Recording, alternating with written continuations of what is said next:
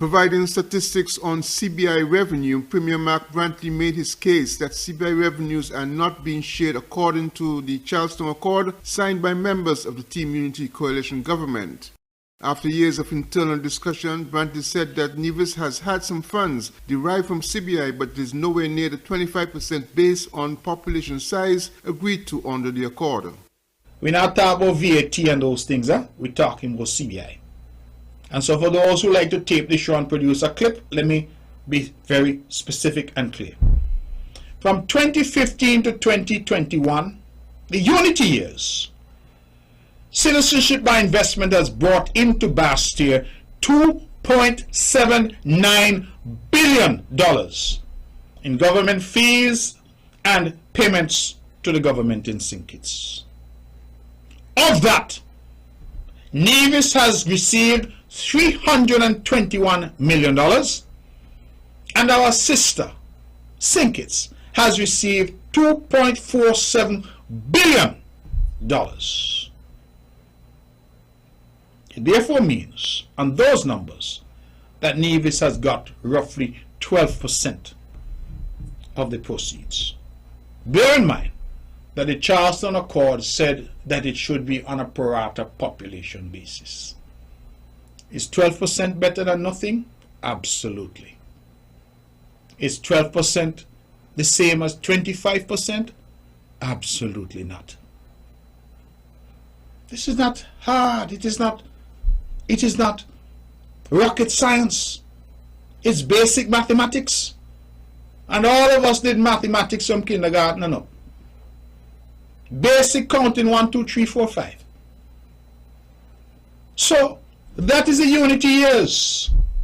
Well, we know under the period prior to unity, the people of Nevis got nothing. And when they did get something, it was characterized as a loan. So when we add the period before unity, and we include now the years of the SIDF from 2007 when it was created onwards. And I hope you're sitting down, you know. If you're driving, pull over to the side of the road. Because when we add the total now, we're going back to 2007 now, CBI has brought in $5.14 billion into Bastille, of which Nevis has received $349.7 million, and St. Kitts, our sister, has kept $4.79 billion for herself. According to Brantley, the introduction of Clause 110 of the Constitution into the discussion, likely referring to a recent statement by Prime Minister Dr. Timothy Harris, is of no relevance since the clause refers to general revenue and not CBI proceeds. When you see people want to run away from the commitments that they've made, they come up with all kinds of new arguments. The Constitution, ladies and gentlemen, deals with revenue sharing. That is all revenue. VAT, duty, corporate tax, all revenue. That's what the Constitution deals with at Section 1110. I'm not going to get into that debate because 1110 has never really been honored throughout the history of our country. Never. The Charleston Accord speaks specifically to citizenship by investment money. It don't talk about revenue. It talk about CBI, because that was the political problem that we faced and that we were trying to address. And that is why it said CBI money would be shared pro rata population basis. St. Kitts get 75%, Nevis get 25%. People of goodwill, men and women, don't need no long set of talking to resolve what are really simple issues. No long set of talking. But there seems to be a perception in some quarters that as CBI has grown and blossomed and ballooned into a multi-billion-dollar earner for the country, that Nevis 25% is too much money for Nevis. CBI revenue sharing has become a huge matter of contention within the Team Unity government, with the PAM and CCM coalition partners taking a stance against the PLP leader, Prime Minister Dr. Timothy Harris, under whose ministry the CBI program is managed. Glenn Barrett reporting for SKN Newsline. Is there room for reconciliation among Team Unity partners? In recent times, coalition partners have been speaking openly and publicly about their discontent with issues raised about the leadership of Prime Minister Dr. Timothy Harris by his own cabinet colleagues, prompting critics and observers to surmise that Team Unity is on a path of no return. On Thursday at his press conference, Premier Mark Brantley was asked by SKN Newsline if there is room for reconciliation with Dr. Harris. The question is simply this: is Team Unity, as currently constructed, still a viable coalition? Is it still functioning? Because the Deputy Prime Minister has said publicly that he has not even shown up to cabinet meetings for the last 2 months. Is Team Unity still functioning? In your view, is there a path of reconciliation between the CCM PAM and the PLP? Because the PLP seems to be the main instigator here. Can the two parties, the two larger parties in the coalition, make any amends with the People's Labour Party and the Prime Minister to continue the coalition as is? Or is there a path of no return for Team Unity? It is a difficult question you've asked, but I am not yet quite at the point where I'd like to reach in my own spiritual life, because that is an ongoing journey. But I'm always reminded in the Bible of the chief persecutor of Christians, was a man called Saul. And the Bible tells us that on the road to Damascus, when he was headed to persecute God's people, he had a moment on that road to Damascus and converted and became Paul. And so the chief persecutor became God's chief servant and vessel. And what that tells me is that change is always possible, that there is in all of us the capacity to do better, and that all of us who believe we are now Saul have the capacity to become Paul. And with that, I will therefore say that I never give up. I always feel that there's an opportunity. But to get to that place, all of us will have to humble ourselves, renew our commitment to what we agreed, and renew our commitment to the people of our country, because at the end of the day, it's not about us. You change the figure who's standing at this podium now, the principle should be the same. Prime Minister Harris was taken to task by Deputy Prime Minister Sean Richards and Premier Mark Brantley. They both allege that Dr. Harris is not keeping the promise he made to not seek a third term as Prime Minister and pay a fair share of CBI revenues to Nevis. The Prime Minister, in response, said a third party would have to be brought in to help settle the division of CBI revenue to Nevis. He also said he has previously stated he does not intend to seek a third term as Prime Minister. Andre Huey, SKN Newsline.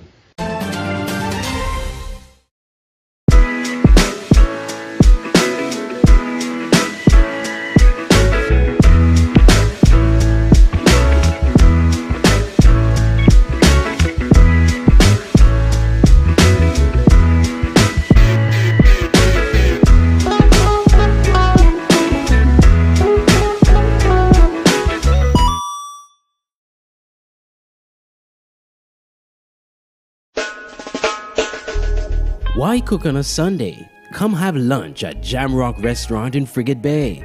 Jamrock offers an eclectic menu of some of the finest dishes, sumptuous appetizers, delicious entrees, soups, and one of the best drink menus any restaurant has to offer.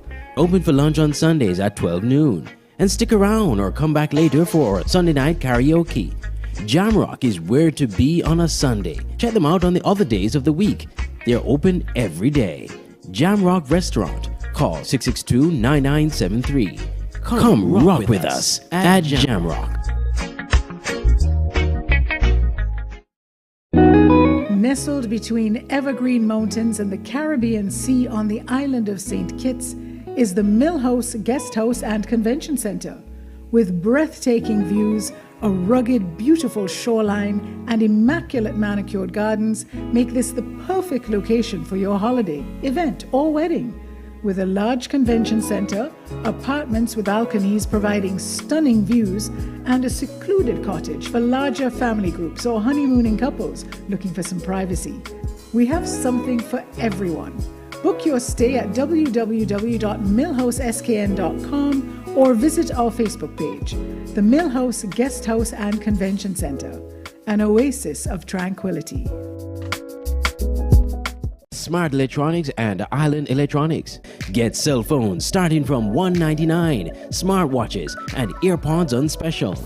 Get a great phone case with purchases over $500. Come to Smart Electronics and Island Electronics for the best deals in electronics, gadgets, and appliances. Visit Smart Electronics at Port Zante or Island Electronics on 4th Street. Call 667-3350 for Island Electronics or 466-4271 for Smart Electronics. Both stores open at 8:30 a.m. Two stores, one great experience.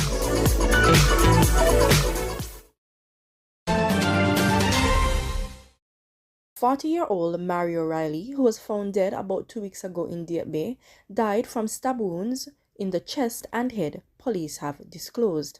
An autopsy was performed on the body of 40-year-old Riley of Tabernacle on March 25th by resident pathologist Dr. Adrian Nunes. Dr. Nunes concluded that death was as a result of traumatic injuries to the head and chest resulting from stabs. Some persons had informed the police that they last saw Riley, who had been reported missing on March 3rd. However, from their investigation, the police have determined that Riley was killed on March 1st. The matter was then categorized as a homicide. 25-year-old Shaquem Thomas of Bastia was charged for Riley's murder. Meanwhile, the police have announced that Treverne Edwards, from whom a wanted poster was issued, is in police custody after turning himself in at a police station on Wednesday, March 30th. The Royal St. Christopher and Nevis Police Force thanked the members of the public and media houses who assisted the police with this matter. I am Jacinthia Tishiro for SKN Newsline. Chief Medical Officer Dr. Hazel Laws was among several officials at the 30th March NEOC COVID-19 briefing, thanking the public for its support during the height of the pandemic. The 30th March presentation was the last in the series of public briefings since the start of the pandemic in 2020. With COVID-19 infections at a low level and the country's economy on the rebound, the NEOC briefings will end and will only be restarted if there is a major outbreak. According to Dr. Laws, the support from the general public was a significant contributor in the success achieved in the Federation. It has been 2.25 years that we've been coming to you in terms of providing you the HEOC situation report. And we've been coming to you, providing you the latest scientific information regarding the virus and the vaccines. And you've listened, you've gained our trust, and you've come on board in terms of accepting the vaccine. You've come on board in terms of adhering to the COVID-19 protective measures. And it is this afternoon with deep pleasure that I say thank you for your support over this past 2.25 years. Thank you, thank you, thank you. Also making presentations were JNF Hospital Medical Chief of Staff Dr. Cameron Wilkinson, Police Superintendent Cromwell Henry, and the Chairman of the National COVID-19 Task Force, Mr. Appius Samuel. Glenn Bart reporting for SKN Newsline.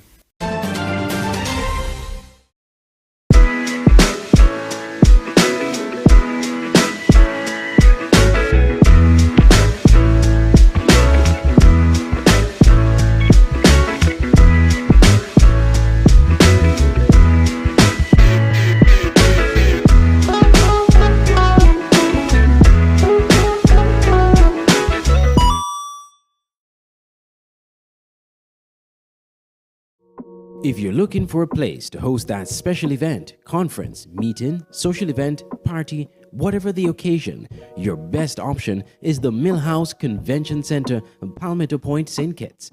Located on the picturesque Garvey's Estate, the Millhouse Guest House Convention Center has enough space for outdoor events overlooking the Caribbean Sea. If you're looking indoors, the center is equipped with amenities needed to make your event a success. And by combining both spaces, you're sure to have a memorable event, no matter the occasion. Call the offices at Millhouse Guest House and Convention Center to book your next event on simply the most beautiful place in St. Kitts.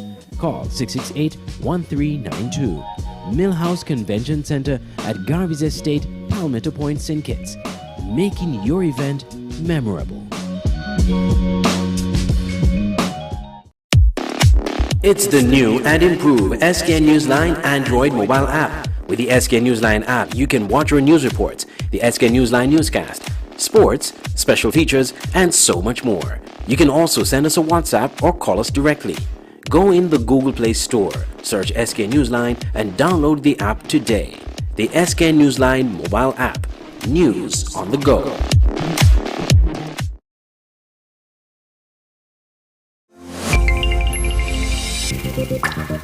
An open interactive event can be described as tremendous, effective, on par with any conference around the world. From exhibitions to trade shows, corporate events to product launches, from press events to political functions. We are the secret sauce behind events that make you go, wow. We've staged multiple world-class events in the Caribbean and developed the skill to deliver quality in every detail, whether the event is live or fully virtual, or maybe even somewhere in between. At Open Interactive, we got your events covered. Get your free quotation today at www.madebyopen.com.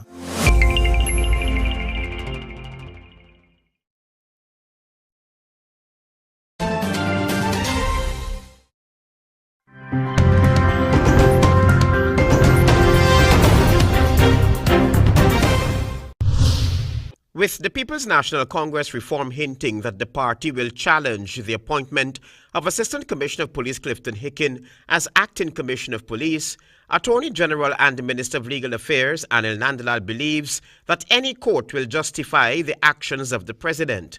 The law will justify a President making an appointment even though those with whom he has to consult are not available for consultation. Speaking on his televised program, Issues in the News, Mr. Nandlal asserted that President Irfan Ali did not breach Guyana's constitution by appointing Mr. Hicken to act as Commissioner of Police. The choice of who is to be the Commissioner of Police is one that lies exclusively with the President. In referring to concerns raised by the People's National Congress reform that Deputy Police Commissioner Paul Williams was bypassed to act as the top cop and that Deputy Police Commissioner Paul Williams should have been appointed to act as Police Commissioner based on public service rules, Mr. Nandlal rubbished those concerns. There is no court of law that can fault the President on his choice. That is the President's choice. No one can substitute their opinion or their choice for that of the President. Article 211(1) of the Constitution of Guyana states that the Commissioner of Police and every Deputy Commissioner of Police shall be appointed by the President after meaningful consultation with the Leader of the Opposition and the Chairperson of the Police Service Commission, after the Chairperson has consulted with the other members of the Commission. It's no fault of the government or the President that there is no Leader of the Opposition. It's no fault of the government or the President that there is no Police Service Commission, because the appointment of the Police Service Commission comes through a process. Travis Chase, HGP Nightly News. Director General of the World Health Organization, Dr. Tedros Adhanom Ghebreyesus, outlined some of the potential routes the pandemic is likely to take in 2022. Moving out of the acute phase of the pandemic, he explains, requires the support of countries around the world. We have all the tools we need to bring this pandemic under control. We can prevent transmission with masks, distancing, hand hygiene, and ventilation. And we can save lives by ensuring everyone has access to tests, treatments, and vaccines. The WHO Director General adds, countries that have met the WHO's target of having 70% of its population vaccinated against COVID-19 are already reaping the benefits in their falling infection and death rates. Even as some high-income countries now roll out forced doses for their populations, 1/3 of the world's population is yet to receive a single dose. Meanwhile, WHO's technical lead on COVID-19, Dr. Maria Van Kerkhove, says the virus continues to spread at alarming rates. At least 10, 11 million cases being reported each week, and we know that's an underestimate because surveillance has changed, testing has stopped or reduced significantly in a number of countries. And as countries find their way through this and find a way to responsibly manage COVID-19, it's challenging. The Omicron COVID-19 variant continues to be the dominant variant circulating. Rakib Aparicio reporting for ABS News.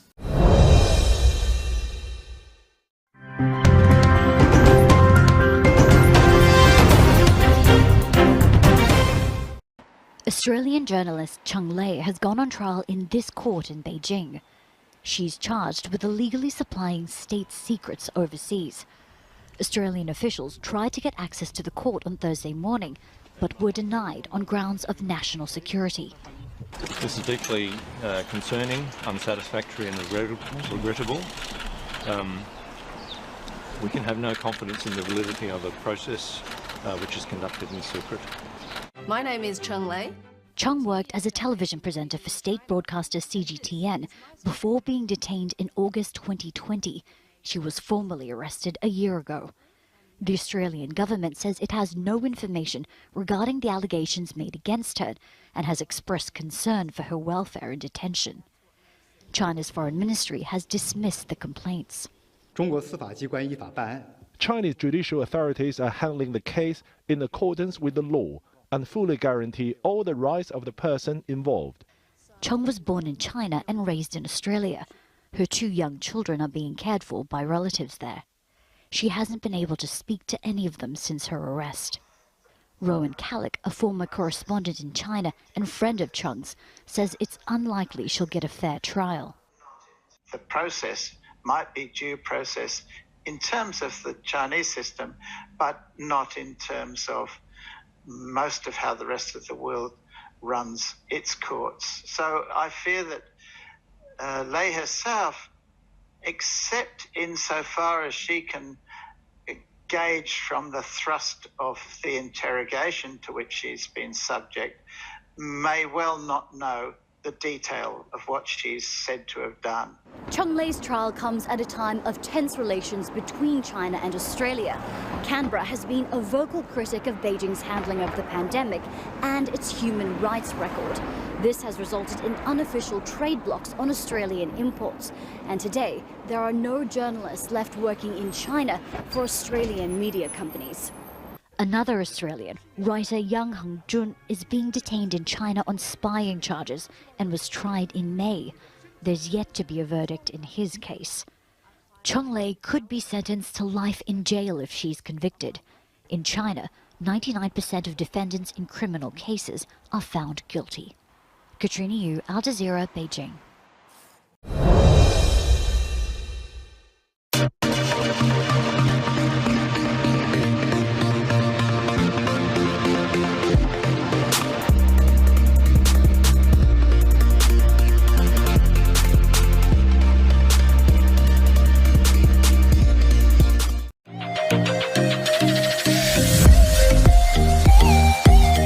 The Sugar Girls are gearing up to continue their amazing journey at the CONCACAF Women's Championship, this time in Guatemala.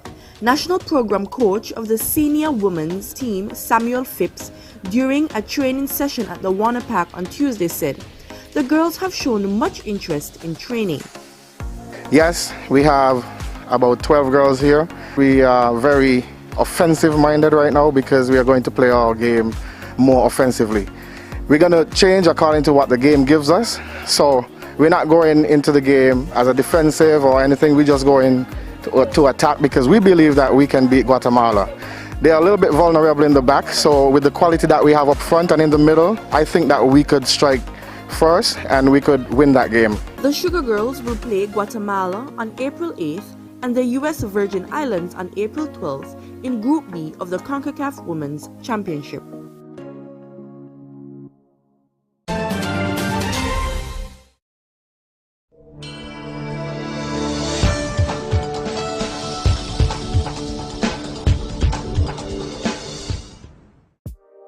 Welcome to the SKN Newsline Weather Report. I am Janil Boone. Here is a look at the 4-day forecast for St. Kitts and Nevis.